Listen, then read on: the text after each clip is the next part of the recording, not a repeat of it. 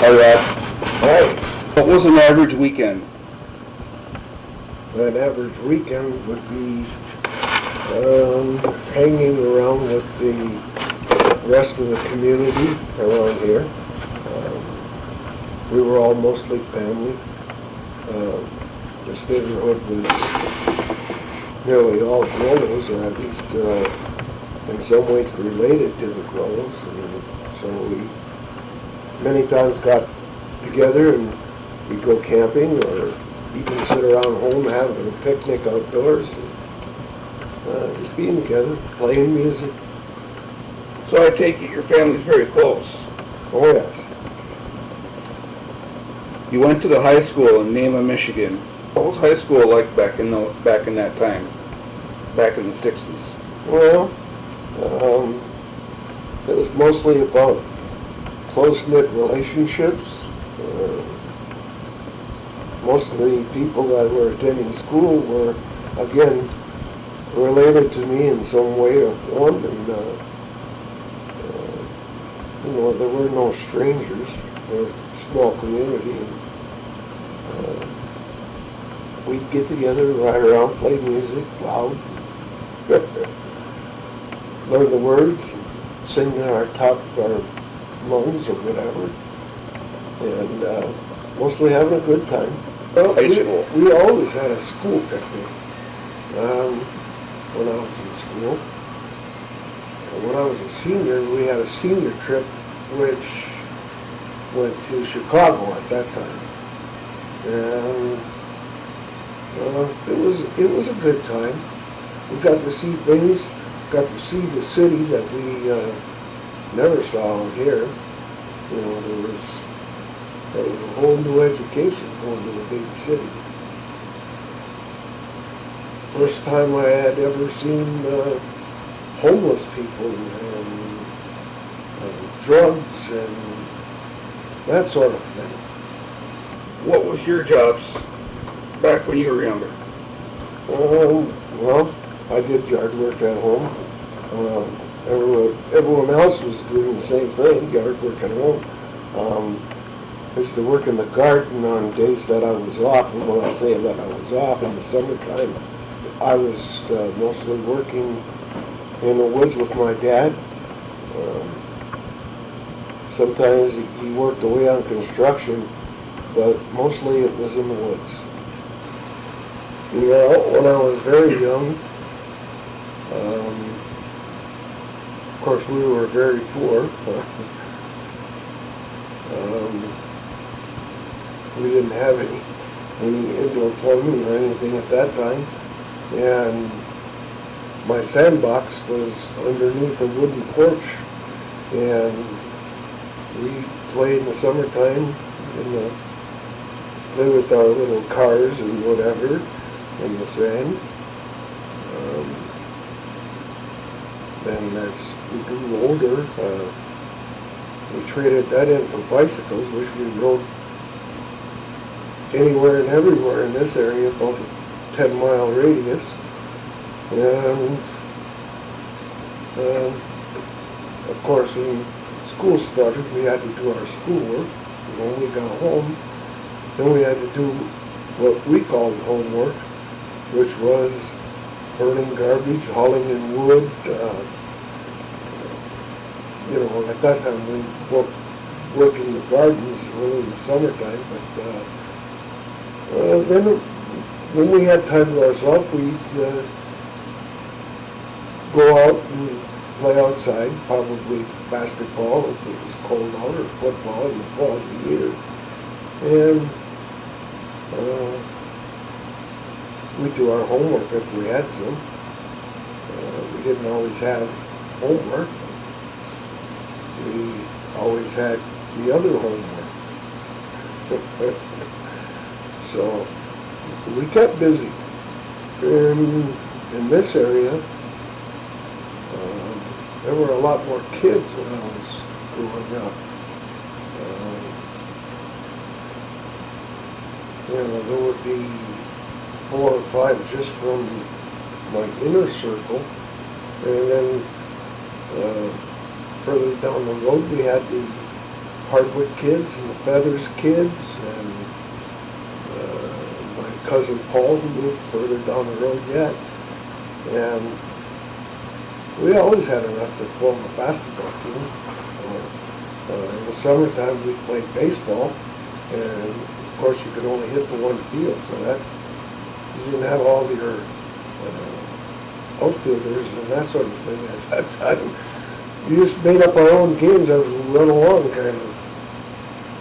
Well, my dad got his education on making maple syrup back when he was just a kid himself, and of course, he made it the old-fashioned way. And what I'm saying is that he didn't use pipelines, and he didn't use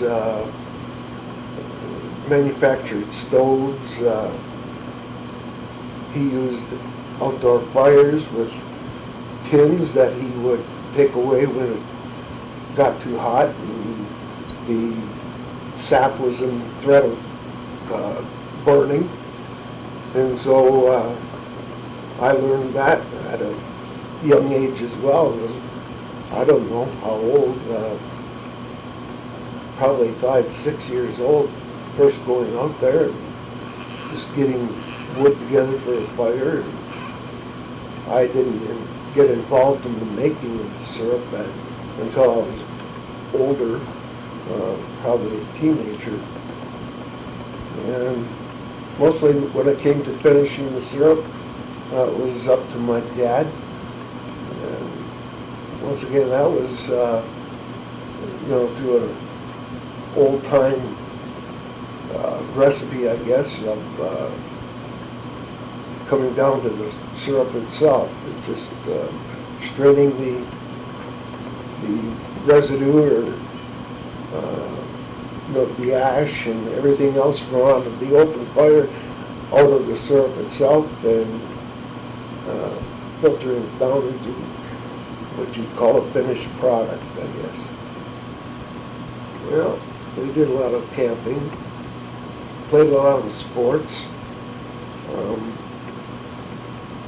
My grandfather used to make his own baseballs, and he would use, of course he raised horses, so he had horsehair and fishing line and bird nests of different straw and different things that he could concoct into a shell of a softball, and then he would sew that together because he did not believe that people should have to run very far to get the ball.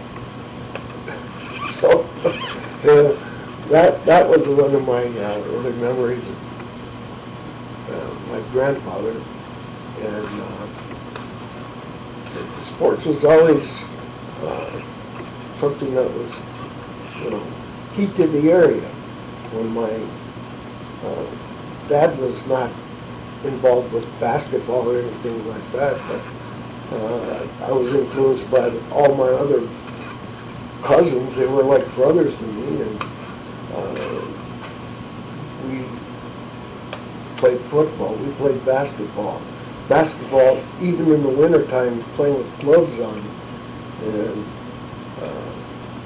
baseball, and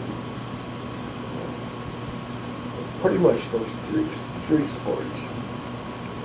I was 15 years old when I started playing with my dad and my cousins. It was mostly a polka band, and prior to my playing out, I had played accordion, and much to the demise, I guess, or I should say to the ire of my mother, she wanted me to play an accordion, and there weren't a lot of requests for accordion music in the 60s. So I bought myself a set of drums, and I just was kind of self-taught and got in several bands, and after playing with my dad, went on to Minneapolis. I played in a band out there, and then I moved back here, and we got together. We started as a duo, with myself and one of my wife's cousins, and it grew from there. I added another one of my cousins, and then when he went off to school, and we broke up, shortly thereafter I started with a group out of Rapid River called the Copper Tones. There have been several groups since then. Favorite music to perform live? I would say classic rock, some country. I know a lot of country. I grew up playing country with my dad and my cousins, so I did a lot of older country songs. But I guess my heart is kind of split between older country and classic rock. What places did you play at around the area between Nema and Escanaba?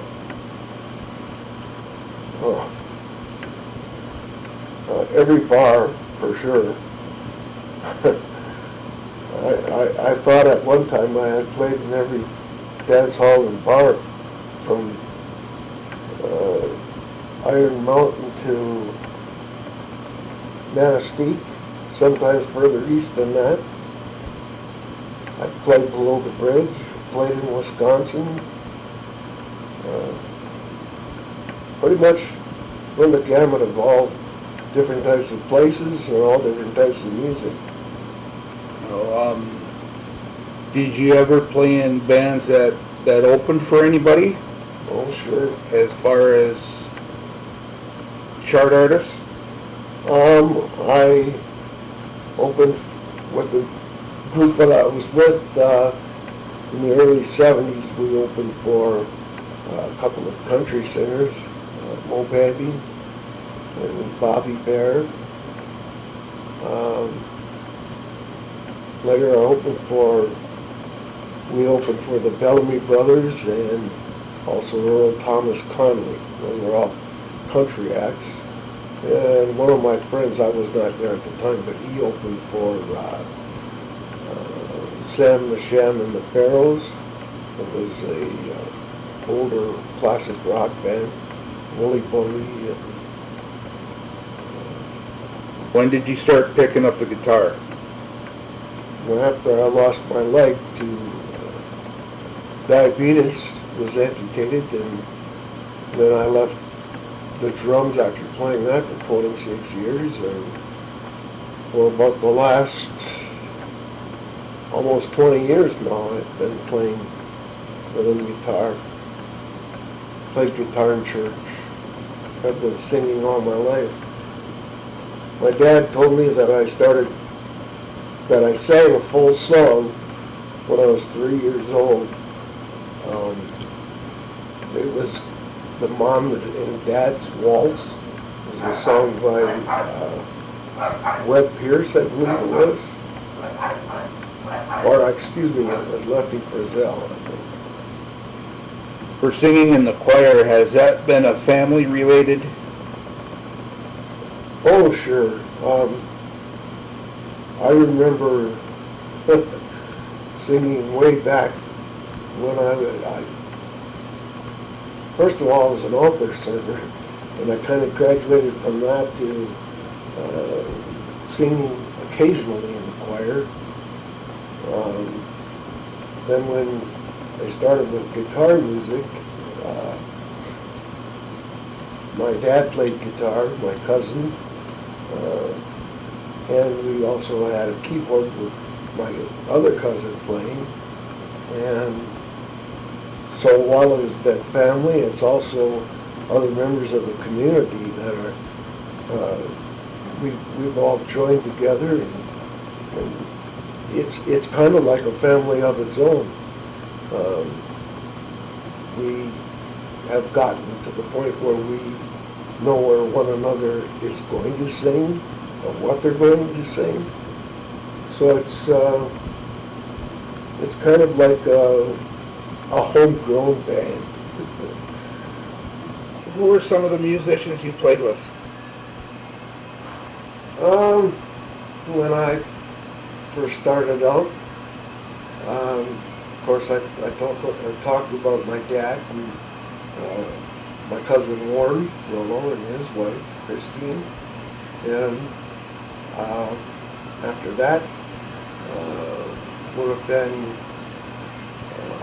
my wife Yvonne's cousin John Pilo.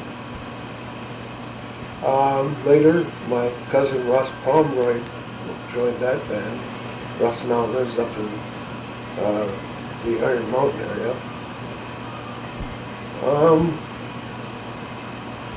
Then I started with the Coppertones in 1978, and that was Joe and Roger Mishaw, Mike Kadlitz, and myself. And when that band broke up in 1972, 1982, then I went with a group called Amaretto, which would have been Bob LaBreche, Jim Grundine, and Dennis Pepin and myself.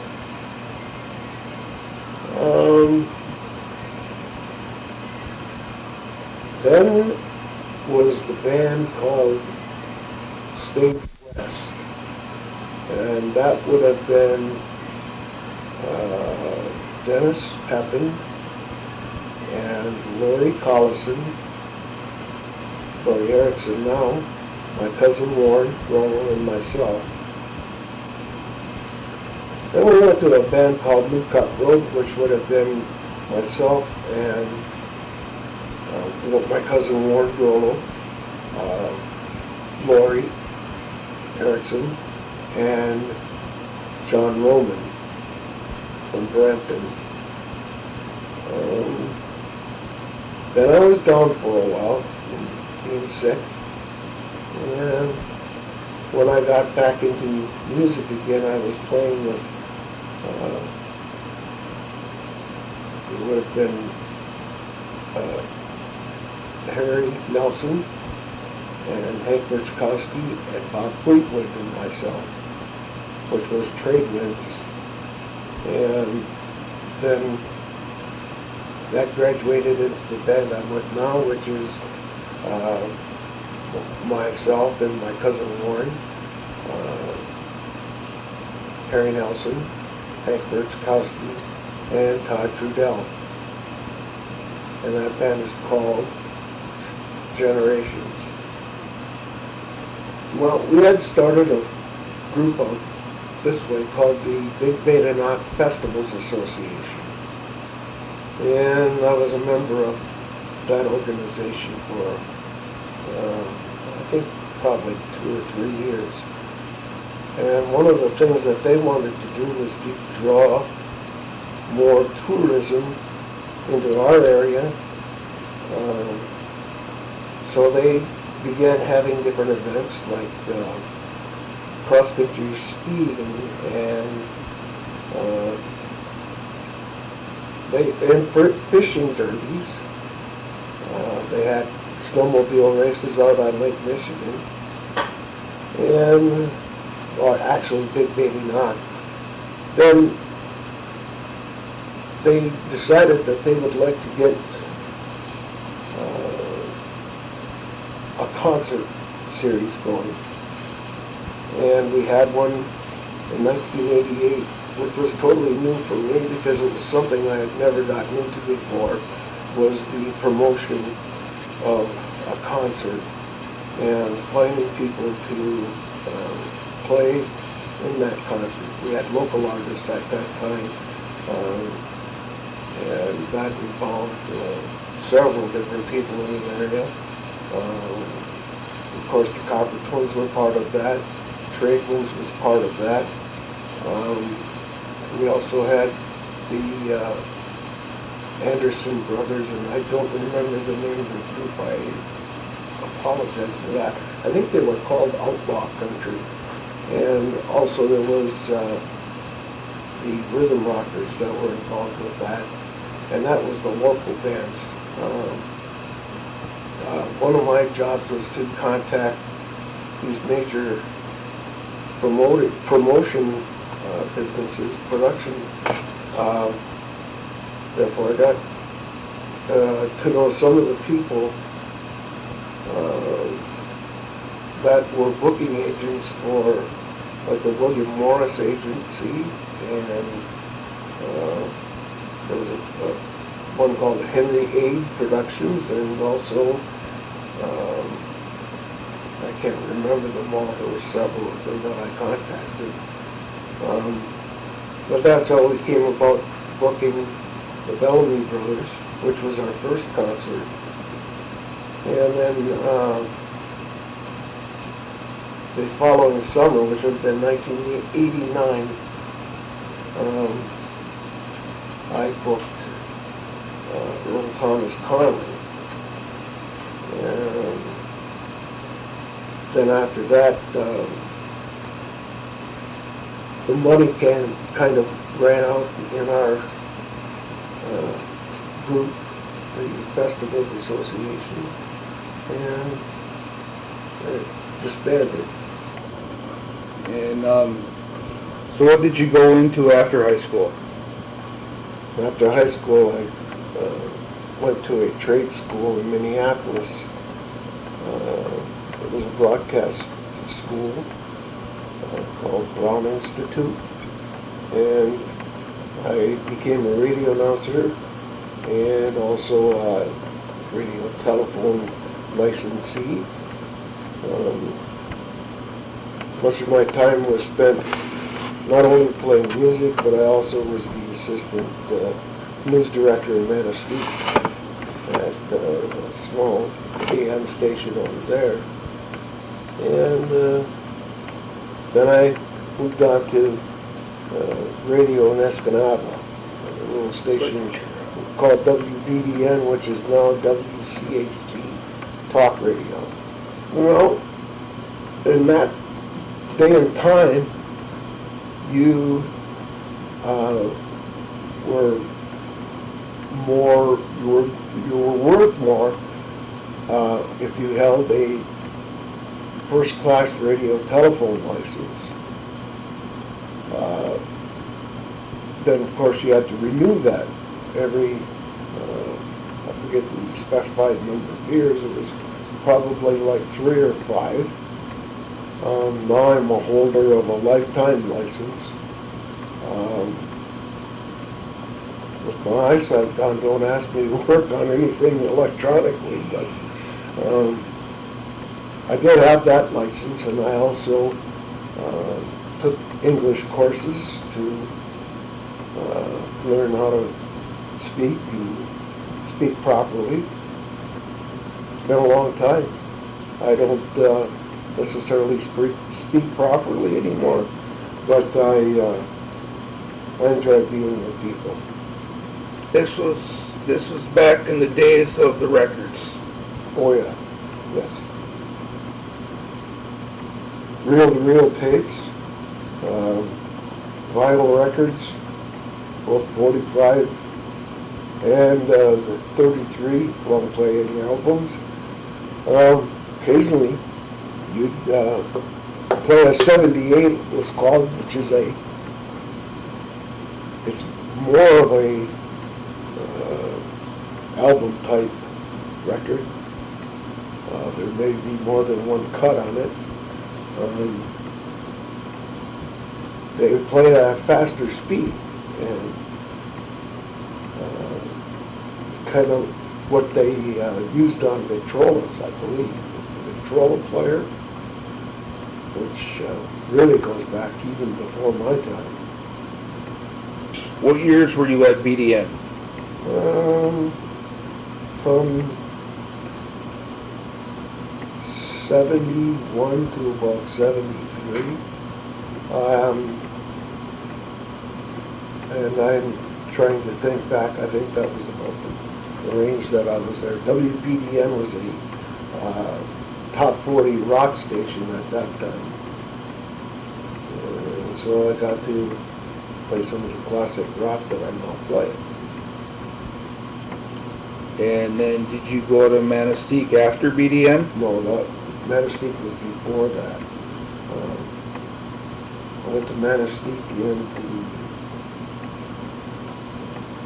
that would have been 1971 and 72. So WPDN would have been 72 and 73. What was the format of WTIQ back in those days? Well, at that time, they had AOR stations and MOR stations, which stood for middle of the road, MOR. AOR was all over the road, and it was not classic rock. It wasn't strictly country. You played pretty much anything and everything that came along. Back when you were in radio, what was your favorite music to play? Well, I played some country, and then of course I played some older standards when I was in Manistee, which was more of the all over the road, I guess. You could play anything that goes in Manistee, and then of course when I got over to Escanaba, that was, like I said, it was a classic rock station. And so you played mostly rock and roll at that time. Anything from early Bob Seger and Steelers Wheel to very early Kenny Loggins. And no, I can't think of all of them at this moment, but there were several different artists. There was WDBC, which was 680 AM. There were no FM stations at that time. FM had just started coming into Minneapolis when I was going to school. It's funny now because it was considered kind of outcast rock and roll that they were playing, and they didn't get much advertising. And it's funny because now almost everything is FM stations or satellite radio. Were you the station engineer, or did you work some remotes? I worked some remotes. They had an actual electrician on board that they would call in for any of the big jobs. I don't remember, well, a radio telephone license only licenses you for like doing radio, doing telephone broadcasts. In other words, you were using telephone lines to do remote broadcasts and that sort of thing. I was not a full-time electrician, obviously, but an engineer. I did run some programs that other people were doing the producing on. But what I'm talking about is in studio. You would have two separate studios, and you would speak to one another on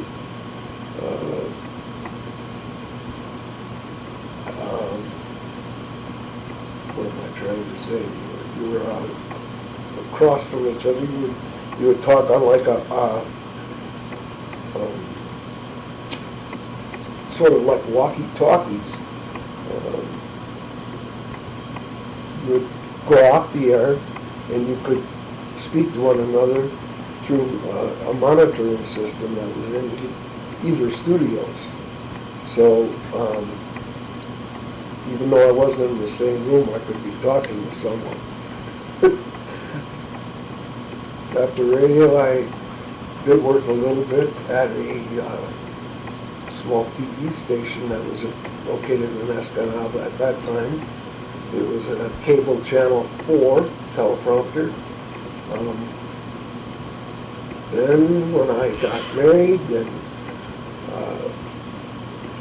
funds were not sufficient enough to raise a family on, I ended up going to working in the woods, and after that it was construction and playing music on the weekends. Well, I was never that far that I had to stay away from home. When I was working construction, of course, I would call that nomad work. You were all over the place.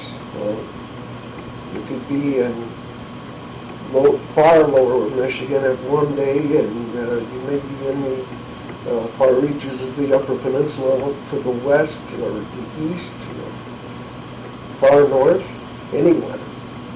And that was, spent away from home all week. Well, I went back in the woods after working construction and losing out on jobs. It was kind of, jobs were pretty scarce at sometimes during the 70s and early 80s. 1978, I had a problem with my diabetes and ended up I couldn't work anymore. Not in the type of work I was doing anyway. I went back to school and I took up accounting, some more English. I was into data processing in the early stages of that.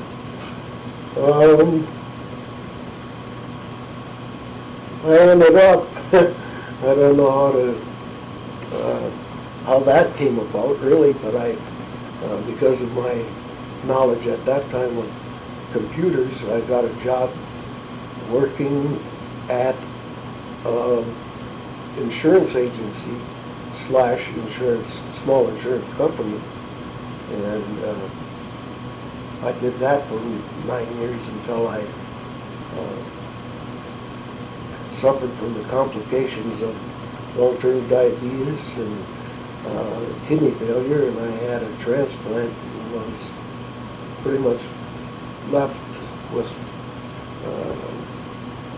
no work as the transplant had failed, and it was at that point that I became disabled. An average weekend with my friends.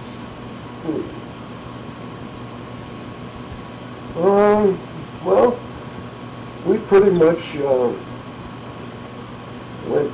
we would bowl, we would go to stock car races in Escanaba, the early stock car races. They had the old stocks, and of course they had the modifieds, and the modifieds at that time were, today they would seem kind of crude, I suppose, but anyway, they got up to, pretty fast. I don't know. I'm guessing probably 70 miles an hour straight away. It was all done on a mud track at that time, dirt track racing. It wasn't until later that the blacktop racetracks came into the picture, and not much of that up here at all. It was mostly dirt track racing. You have been a deacon. What made you want to strive for that achievement? Well, being in a rural area, priests have to cover much ground, not just the territory, but doing many different facets of ministry. I just thought that I could possibly help. Just to correct you a little bit, you said I was a deacon. It's kind of like being, well, in my days, when you got married, you married for life. Now that I'm a deacon for life. But I am retired at at this time, which basically means that I don't have to do anything, but if I'm able to, I still do wake services and that sort of thing. Still administer communion for the shut-ins, the sick, homebound people. I visit them once in a while when I'm able to get out. Now that I'm losing my eyesight, I can't drive, and I have to rely on other people to get around. Well, it slowed me down considerably. I no longer serve on the altar. I'm unable to drive to different locations, so I have to have a schedule that matches with someone else's free time. Yes, it was, but when I was a sophomore in high school, it was consolidated and became part of Big Baby schools. That was the three schools in the area, Cooks, Nema, and Garden. Excuse me.